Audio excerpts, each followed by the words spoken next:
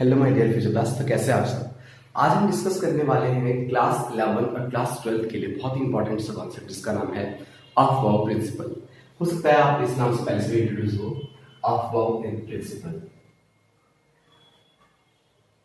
देखिए, of wow principal जो होता है वो इलेक्ट्रॉनिक कन्फिगरेशंस निकालने का एक बहुत ही सुपर तरीका है। ठीक है, किसी भी एलिमेंट का इलेक्ट्रॉनिक कन्फिगरेशंस आप कैसे कैलकुलेट कर सकते हैं जिससे हम पता चले कि वो जो एलिमेंट है वो किस ब्लॉक को रिप्रेजेंट कर रहा है।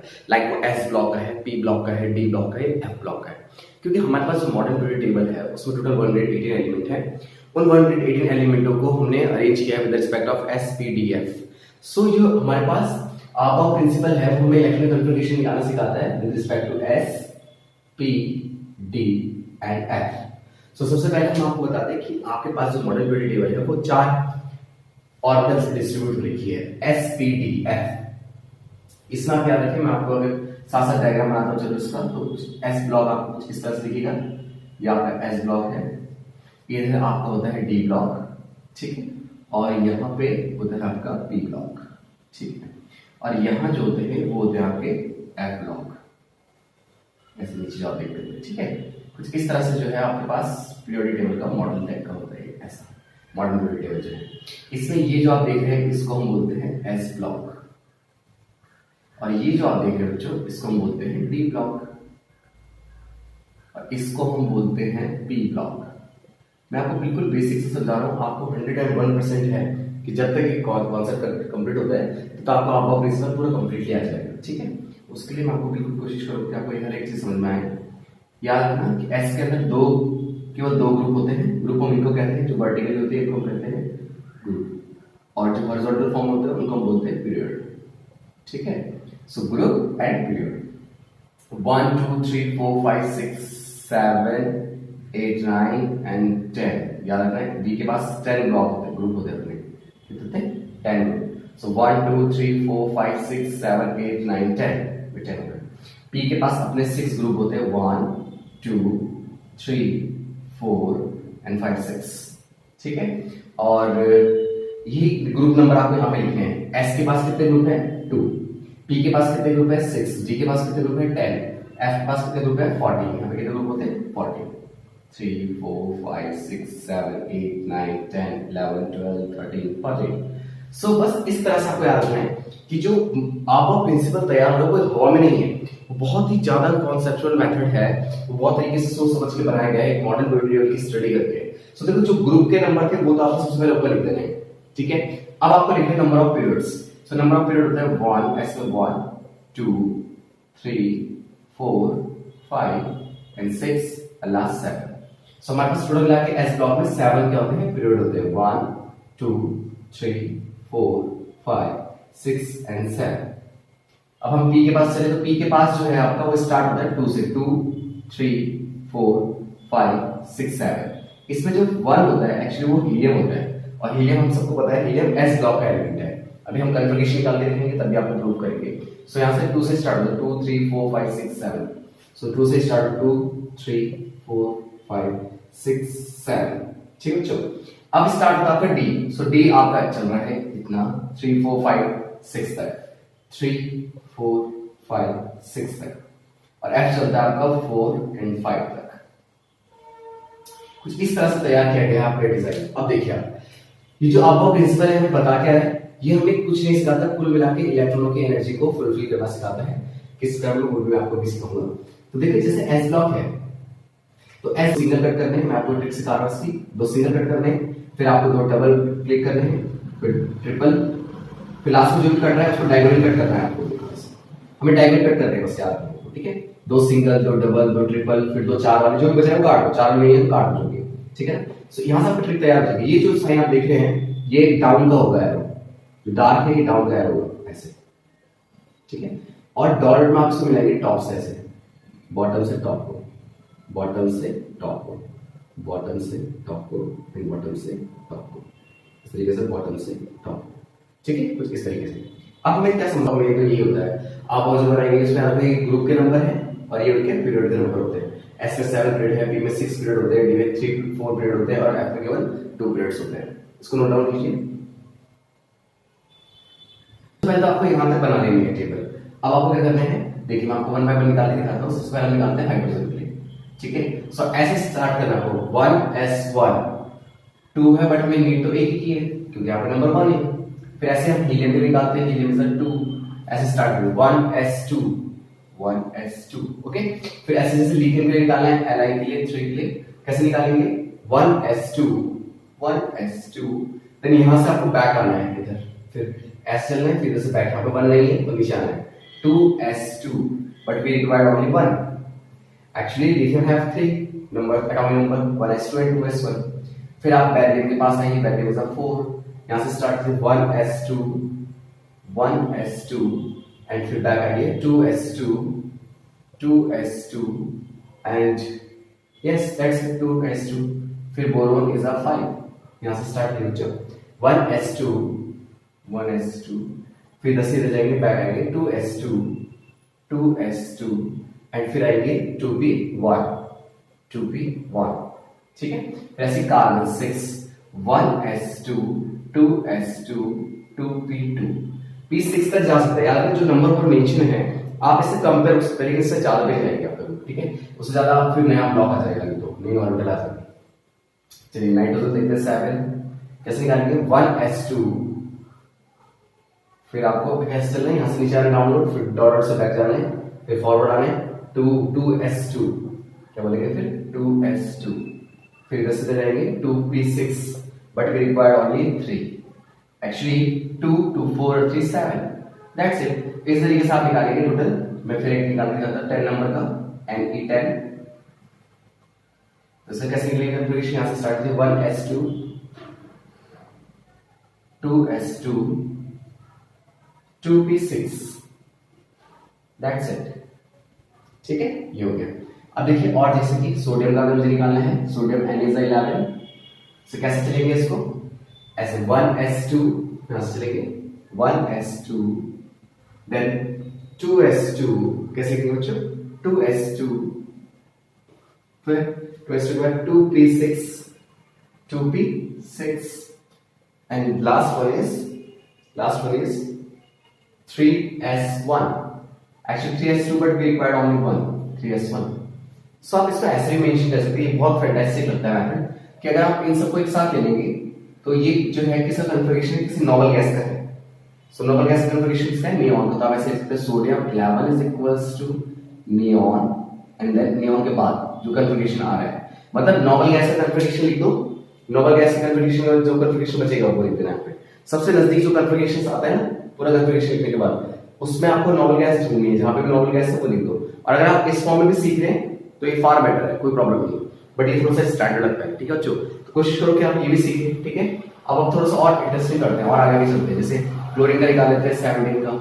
सो कैसे निकलेगा जरा कोई बताएंगे, 1s2, ऐसे चलेंगे 1s2, फिर बच्चों यहां से बैक जाएंगे, फिर आएगा 2s2, क्या आएगा 2s2, देन यहां से पीछे फिर 2p6, 2p6, 2p6, फिर 3s2, यहां से क्या जाएगा बच्चों 3s2 and 3p6, but we require only 5, 3p5। कैसे काउंट करते हैं देखो 2 to 4 6 10 12 5 17। अब देखो इतना जो कन्फिगरेशन आप ये देख रहे हैं, ये किसका है, ये देखा जाए तो नॉर्मल गैस का है, नियॉन का है। सबसे नजदीक नॉर्मल गैस ढूंढना तो कौन सी है। सो हम ऐसे लिख सकते हैं इसको Cl is equals to Ne and 3s2 and 3p5। मैं आपको अगेन बता दूं कि अगर आप ऐसे भी सीख रहे हैं फार बेटर है, और अगर आप ऐसे सीखेंगे थोड़ा सा स्टैंडर्डली बहुत अच्छा माना जाता है इसको, ठीक है, अगर आप ऐसे लिख रहे हो। चलिए थोड़ा सा और आगे चलते हैं, जैसे ऑर्गन है, ऑर्गन 18 होता है, यहीं से देख लो कि यहाँ पे से तो सेम रहेगा 1s2, 2s2, 2p6, 3s2, 3p6 हो जाएगा, बस 5 का 6 हो गया आपके 18, है ना। चलो अब जैसे कैल्शियम पर लिखना है 20। सो कैल्शियम को हम कैसे लिखेंगे 1s2, 2s2, 2p6, 3s2, 3p6, 3p6, 4s2, तो 4s2। अब देखो इतना ये पूरा किसका है, ऑर्गन का है, तो मैं ऐसे लिखेंगे C is equals to organ AR and 4s2। Organ कितना होता है हमारा, ऑर्गन होता है हमारा 18। सो आप सोचोगे कि ऑर्गन क्यों यूज किया, क्योंकि we have helium, neon, argon, krypton, xenon, and radon. They are normal gases, and the configurations are 2, 10, 18, 36, 54, and 86. This is the electronic configuration. So जैसे 18 है, तो 18 तक को मैंने कवर कर दिया, 18 के बाद का configuration लिख दिया। अगर आप ऐसे सीखते हैं, बेटर है, ऐसे सीख रहे ये बेटर है, ठीक है, दोनों ही करेक्ट है, कोई रॉन्ग नहीं है इसमें, ठीक है। तो आई होप आपको सुनना आया होगा, कोई प्रॉब्लम और कंफ्यूजन है तो आप कमेंट बॉक्स में पूछ सकते हैं। चलिए, इसमें एक दो जो इंपॉर्टेंट चीज मैं आपको बताना चाहता हूँ वो ये है कि इसमें दो एक्सेप्शन है जो हर साल एग्जाम में पूछा जाता है और वो सबका फेवरेट है, ऑलमोस्ट एग्जाम में सबके ही आएगा। पहले इसका स्क्रीनशॉट ले लीजिए।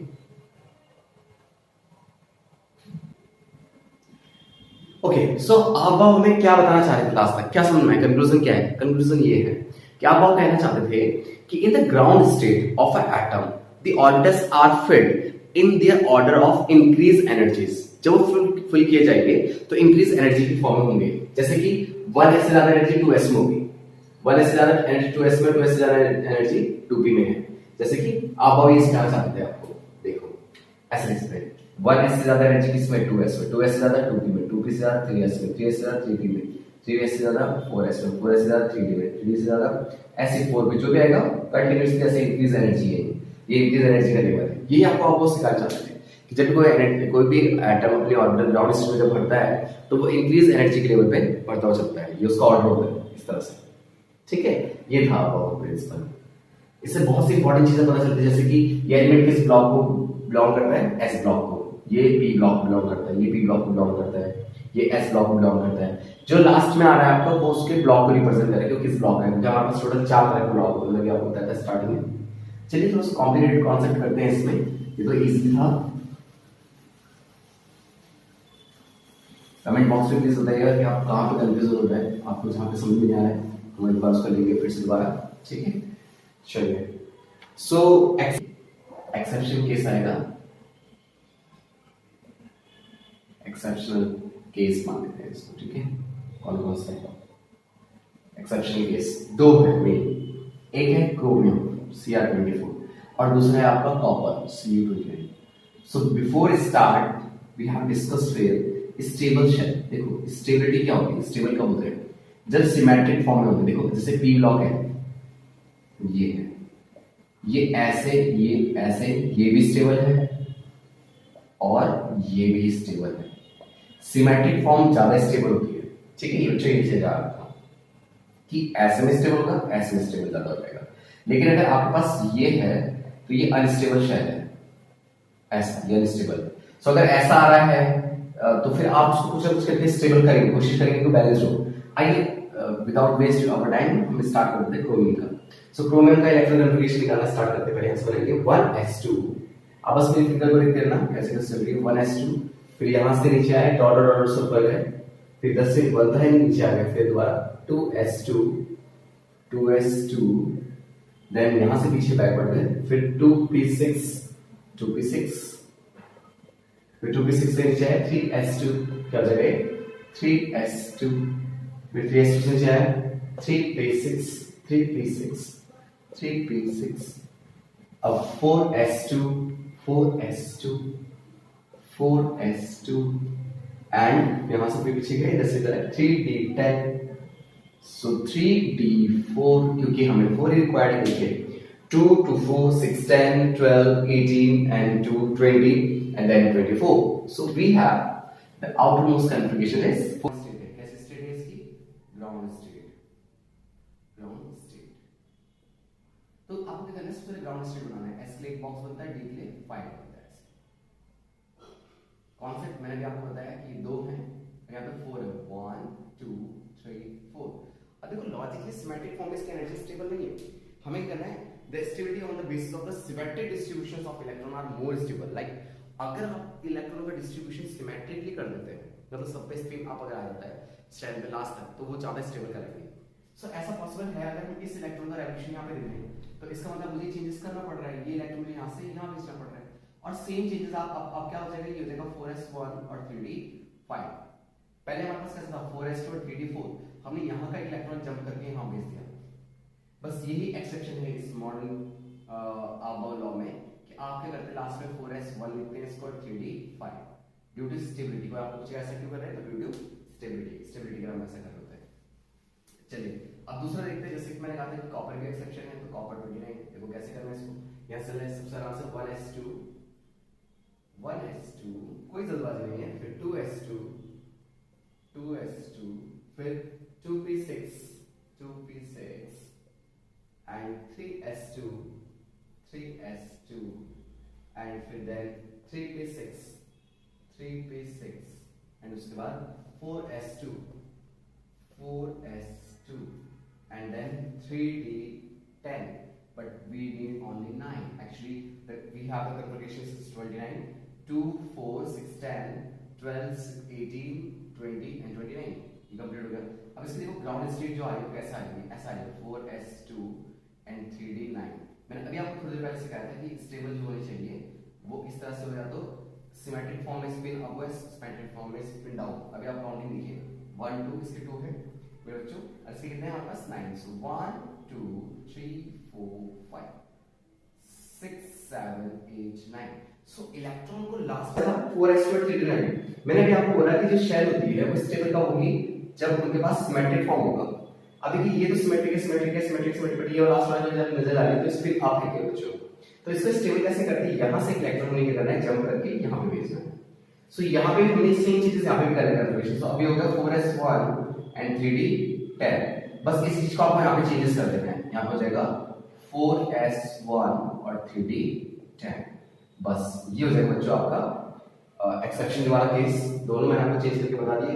याद रखना इलेक्ट्रॉन को सिमेट्रिक फॉर्म में डिस्ट्रीब्यूट करने की कोशिश करते हैं और उसका पैटर्न कुछ इस तरह का आता है। याद रखना हमें लास्ट में दो में चेंजेस करना होता है, क्रोमियम और कॉपर में। तो ये था हमारा आज का आबा प्रिंसिपल। अगर आपको सच में वीडियो समझ में आ रही है तो please do like share and subscribe. Thank you so much.